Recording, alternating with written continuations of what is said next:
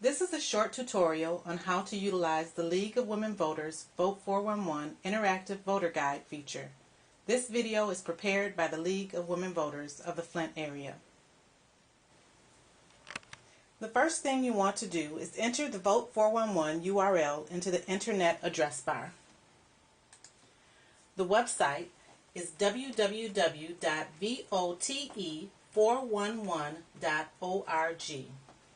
The Vote411 website provides lots of election-related information, including details on how to register to vote, as well as various election-related and voting-related topics which can be selected depending on the state that you live in.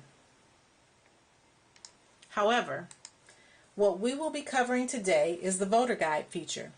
What is on your ballot will vary depending on your voting district and precinct. Vote411 uses your address to provide you with the races and proposals that you will see on the actual ballot. We start by entering our address in the Enter Your Address box on the left side of the web page. For the purposes of this tutorial, we will use a local business address.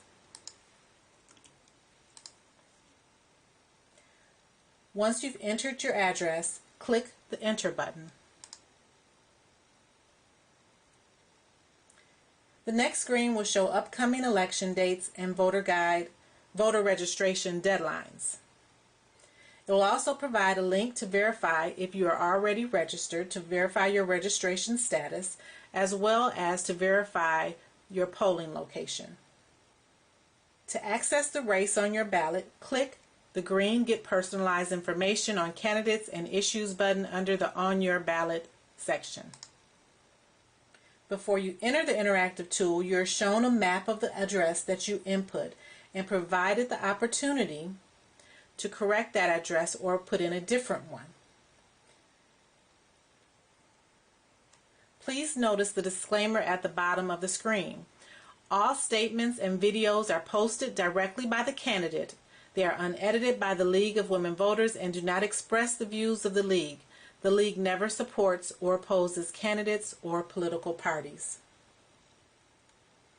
If your address is correct, you can click the green Show My Races button, which will take you to the first race that would appear on your ballot. In this example, I am using a Burton, Michigan address, so the races will be specific to that address. Once the voter guide opens, you'll notice the Vote411 voter guide title bar. You'll also notice that there is an option to start over. If you click this button, it'll take you to a screen that will allow you to enter a new address.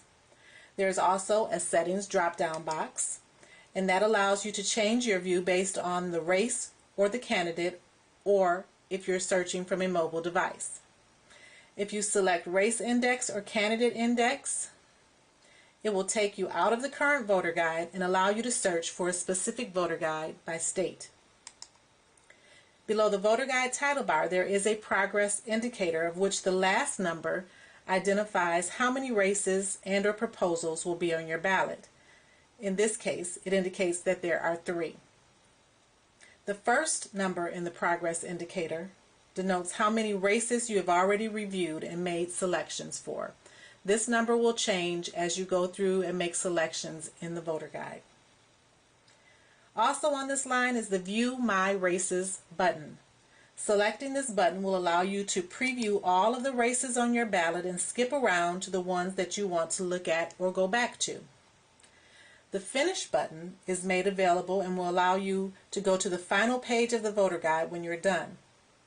When you select a race from this option, you can continue in order by selecting the Next Race button, or you can go back to View My Races to select the next race that you'd like to look at. It's up to you. Finally, you'll see the name of the race, the term of the race, and the number of candidates for which you can vote for. You'll also see the candidates themselves, a picture if they've included one, and their responses. You can scroll through the candidates side by side, comparing their biographical information as well as their responses to the League's questions. After reviewing the responses, If you've narrowed down the candidate that you're planning on voting for, then you can put a check in the box next to the candidate's name. This will save the information for printing and/or emailing later. For purposes of this demonstration, I will select the first candidate listed. Please remember, though, that this is only a demonstration. It is not an endorsement or an opposition of any candidate. The League does not endorse or oppose any candidates or political parties. If you select a candidate, the voter guide will automatically move you on to the next race. As I should say, if you select the required or the maximum number of candidates, the voter guide will move you on to the next race.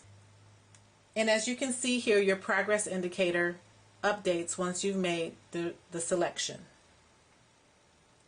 If you decide that you want to go back to a previous race and change your selection, then you would just need to click the back arrow until you get to that race, or go to View My Races to go back to that race.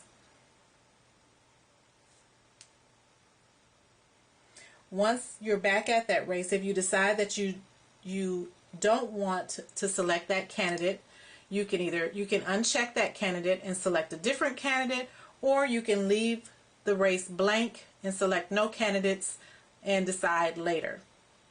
At that point, you would just need to either select the next race or go to View My Races to select the race you wanted to look at.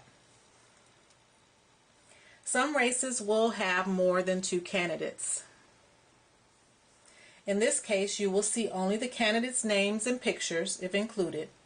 To view their voter guide responses, you would need to select 2 of the candidates to compare them side by side. If the candidate chose not to participate in the voter guide, you will see candidate has not responded, where you would typically see their responses to the questions. Clicking the Change Candidate arrow will take you back to the candidate list, where you can review 2 different candidates, or you can keep one of the previous candidates to compare against another. The voter guide also offers you the option to minimize information on your screen by clicking the minus sign at the end of each section.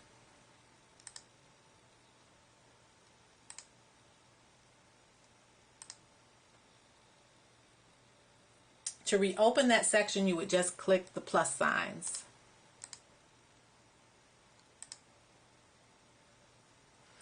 Again, if you decide to select a candidate, you can either put a check next to their name, or you can scroll down after you've reviewed their information and select the button that says Select this candidate under the appropriate candidate.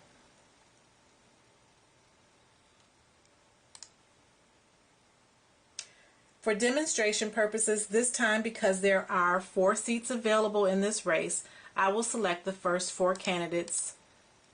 And remember, this is only for demonstration purposes. I have to state that the League does not endorse or oppose any candidate or political party. These selections, as well as the selections for the next race, will be made based off of the need for demonstrating the tool.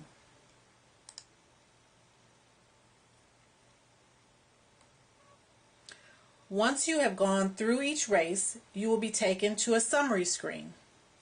If you've made selections, you're allowed to review and change them should you decide to. You would just click the Change Selection button and it will take you back to the screen for that race. If you've not made a selection for a race, the tool will allow you to go back and make a selection by clicking the Make Selection button. But if you're satisfied with what you've selected, you can click the Finish button at the top of the voter guide.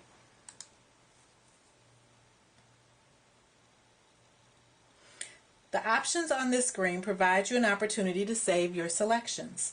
You can send your selections to your phone or your email by entering your phone number